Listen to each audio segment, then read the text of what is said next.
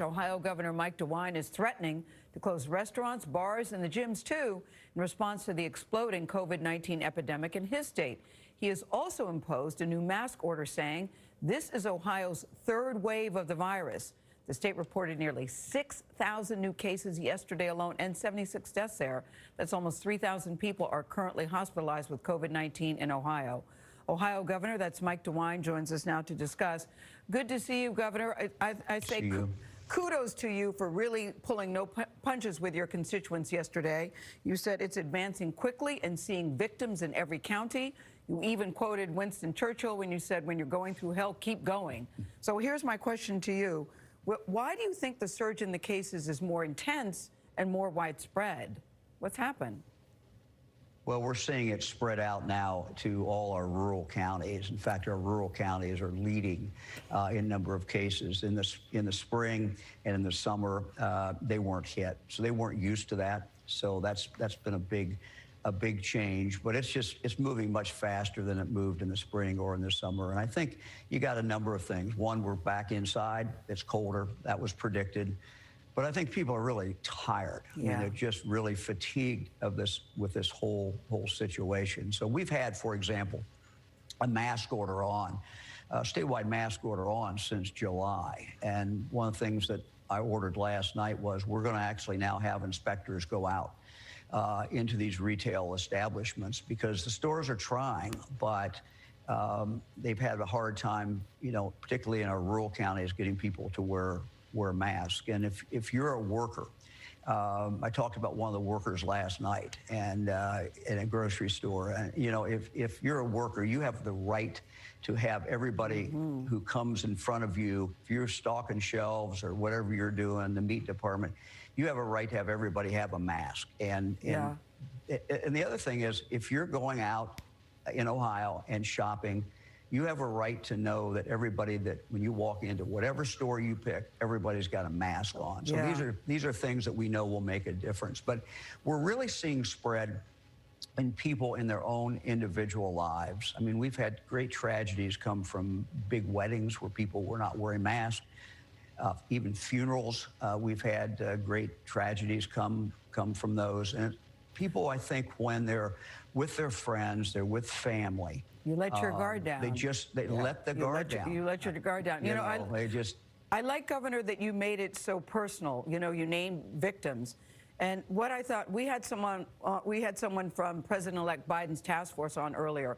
I thought she was great, because she said, it's really troubling. I saw her, yeah. Did you hear what she said about the toilet paper? That you say, listen, making a mask a political issue is like politicizing toilet paper. Now, you may wince at the imagery, but it really does make the point. And I'm wondering how you're going to enforce it. It sounds like you're going to have people going on and checking on people. Well, it's so polarizing now. Yeah, I mean, look, it's tough for store owners and managers, and we don't want a confrontation. We don't want anybody fighting. And we don't want some 18-year-old clerk out there, having to confront someone. But we're going to go into these stores with our workers' compensation inspectors, and their job, frankly, is to keep workplace safe. And so, we're going to give a warning the first time, but the second time, then they have the ability to close a store for up to 24 hours. Wow. So we're trying to change the culture. We're just trying to get everybody to accept, if you're out, you got to do this. But as I said, the other problem is a lot of the spread is coming just from people letting their guard down in their own personal life. Governor, we have not heard a lot from the White House in recent weeks on this, and sources have told CBS News that President Trump hasn't actually been to a coronavirus task force meeting in months, but that he is focused on the vaccine. Are you satisfied with the leadership that's coming out of the White House right now on this? Well, on our calls, governors have calls every week. Vice President has been phenomenal. He's been the one that's in charge of this. If you could hear what goes on those calls, it's 90 minutes. It's Democrat, Republican governors, and we're just going back and forth with not only the Vice President, but with other doctors and other people from the White House. So from that perspective, look, I think that that's going well.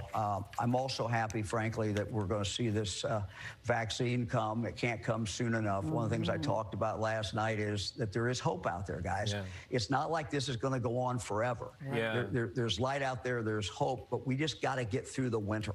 Governor And the DeWine, winter's going to be tough. Governor, yeah, it is going to be tough, but let's talk about the hope. I think you bring up a good point. Secretary Azar told us earlier in the week that governors like yourself will be deciding who gets that vaccine first. I remember with testing earlier in the year, it seemed like you had to be in the NBA or be a billionaire to get a test. When it comes to the vaccine, how are you going to ensure that everyday people, vulnerable people, poorer people, people of color are going to be in line to get this when they need it?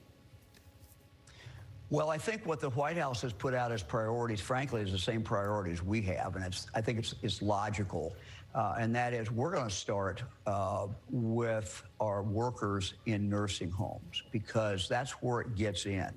It comes in from people who work in nursing homes. So we want to seal these nursing homes off by giving everybody who works in a nursing home the shot, or actually 2 shots. Yeah. And we're going to start there. And what we hear is this is going to come out in batches. So the first batch, we're told, will be only 30,000. Then it will keep coming from then. And I don't think anybody knows how fast it's coming out. But we're going to just prioritize. Our priority is saving lives. And we think that the most vulnerable people are people in congregate settings, people in nursing homes. I mean, we know that. So if we can seal them off first, then get them vaccinated. At the same time, we need our most critical health workers who are at the front line. I talked about one of them last night. We've got to get them the shots. And we're just going to proceed in an orderly fashion based upon how we can save the most lives and who's the most vulnerable. All right, Governor DeWine, we thank you for your time. We should point out that you were on top of this very early on. Good luck to you. Thank you very much. Thank you very much. Good to be with you this morning. Always good to see you.